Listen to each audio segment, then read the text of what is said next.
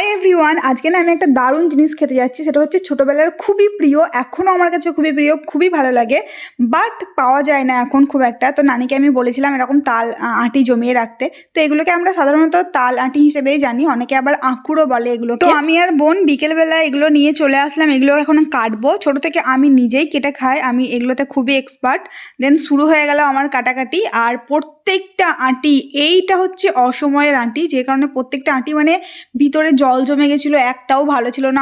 আমি যে এত কষ্ট পাচ্ছিলাম কি বলবো। আমি কত শখ করে, মানে কত আশা নিয়ে নানিকে বলেছিলাম এগুলোকে জমিয়ে রাখতে, বাট খেতে পারলাম না। তো যাই হোক, দুটো শেষমেশ আমরা পেলাম, আমি আর বোন। তো হাফ হাফ করে খেয়ে নিলাম, বাট খুব একটা মিষ্টি ছিল না। আর এগুলো খেতে যে কি ভালো হয়, বাট এটা ভালো ছিল না। তো যাই হোক, আমরা খেয়ে নিলাম মনটাকে অনেক কষ্ট দিয়ে, যে একটাও কি ভালো পেলাম না আমরা। তাই মন খারাপ করে এই পানসে পানসে আটিগুলোই আমরা খেয়ে নিলাম, আমি আর বোন ভাগ ভাগ করে। আর তোমরা এটাকে কি নামে জানো কমেন্টে জানো।